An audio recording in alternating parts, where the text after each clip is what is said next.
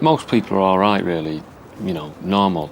You just get the odd one who thinks, I don't know, just because you work at Blockbuster, you must be some kind of idiot or something. Oh yeah, we get a membership form.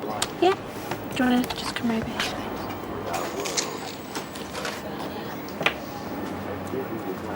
Excuse me? Be with you in a minute. I mean, they can see you're busy. I know about customer service and that, but I've only got one pair of hands, you know what I mean? Yeah.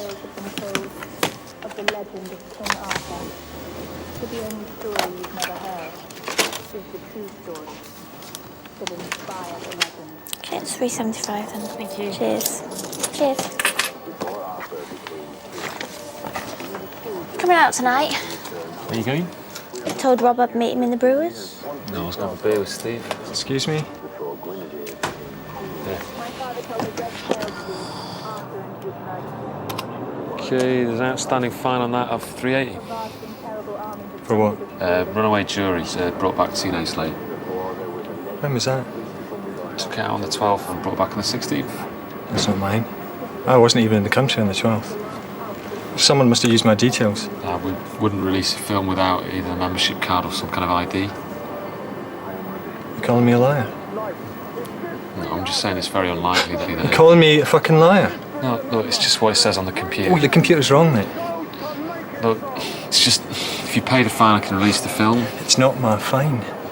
Well, the system just won't let the film out unless the fine's paid, so... You're a fucking arsehole, you know that? Look, just hit the panic button. Stupid bitch. The guy was a nutter. I mean, is it worth that for £3.80? I mean, why can't you just say, yeah, fair enough, stick his hand in his pocket and pay the fine? Still, he's barred now, so who's the loser? Him or me? Yeah, no, that's fine. Yeah, finish in about 4 hours, but... Oh, babe, you'll be fine. Honestly. I wouldn't normally ring my girlfriend on a shift. It's just her bad timing, really. Her dad just had a big operation and she was a bit upset. I think another time I'd have been a lot more aware. Yeah, I'm on my own at work, so I can't get off. I can't wait, seriously. I'm going to be out in 2 days anyway. Okay, look after yourself. And let me know if anything happens. Okay. Excuse me. I've got to go. I'll speak to you in a minute. Bye. Hi. Just seen 3 girls. One of them just stole some sweets. Okay, which one? She's wearing a beige jacket with a red top. She's got the sweets tucked inside. All right, thanks. You'd think if they were nicking, they'd take something worth a bit. I mean, 2 bags of sweets. What's that cost? A couple of quid? It's like, you know, they're just in it for the buzz.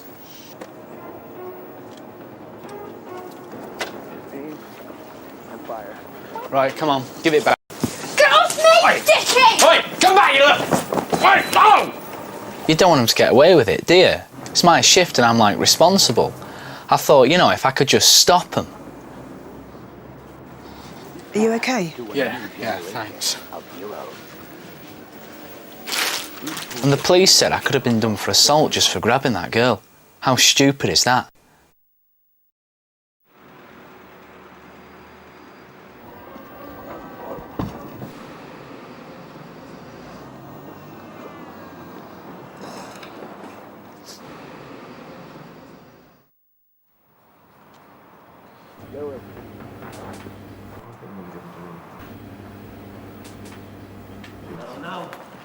Stay the fuck down! Where is she? She's gone out! Open it! I wasn't trying to be some sort of, hero. But when you're not expecting something like that to happen, you don't think it through. You panic.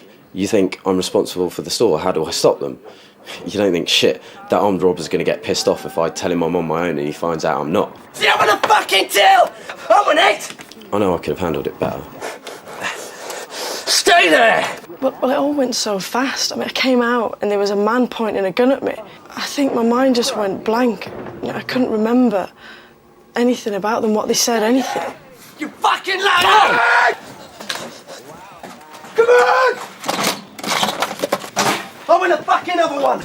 Come on! I know we've got the alarms, I mean the personal panic alarms, but to be honest, you just don't think that you're ever going to use them. I mean, nothing has happened here for ages. Come on! Open it! Come on! Open it! Come on!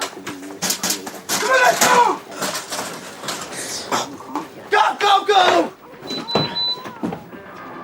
We were both so shaken up, we just forgot about the customer. I mean, they didn't have a gun in their face, did they?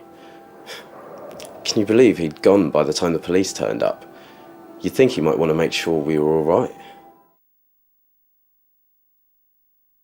In our business, we're faced with many difficult situations that can turn violent if they're not handled correctly.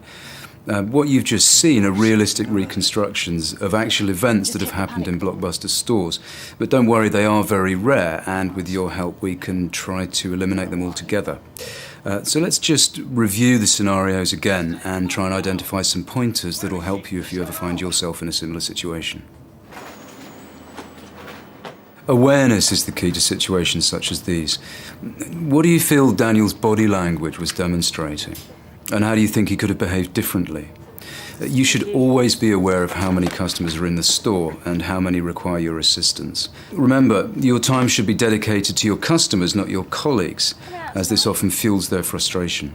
I told Rob I'd meet him in the Brewers. Customers don't generally enter the store with the intention of causing grief, but certain events can lead to them becoming stressed and frustrated, which results in them losing control. Within seconds, a situation can develop into a confrontation which may leave you and your colleagues feeling threatened. Would Steph have needed to press the panic alarm button if the situation had been handled differently from the outset?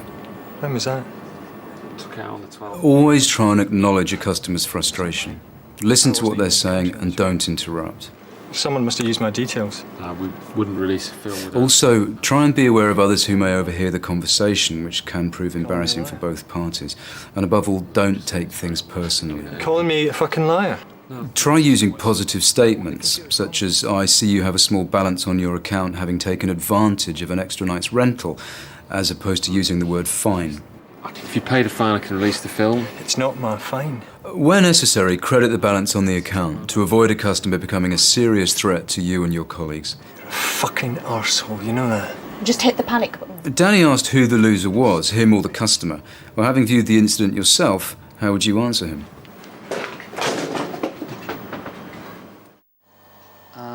Paul failed to acknowledge the teenagers when they entered the store and instead chose to carry on with his phone conversation.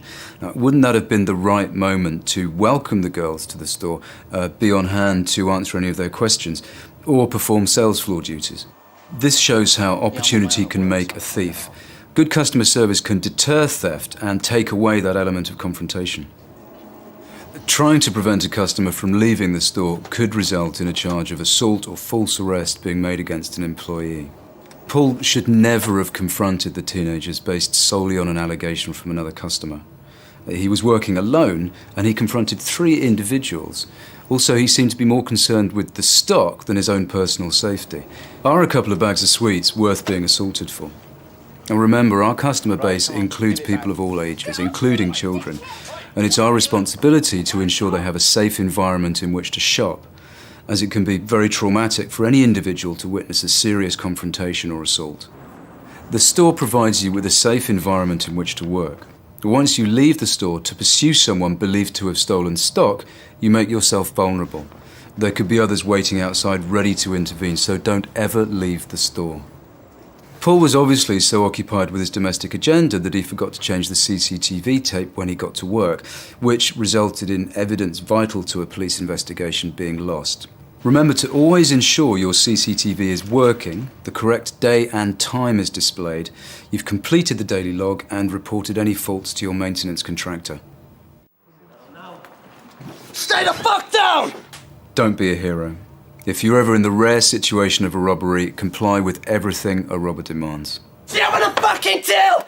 Try and focus on remembering particular characteristics, such as accents and distinguishing features. Having seen the incident, how would you best describe the sequence of events, or what the robbers look like?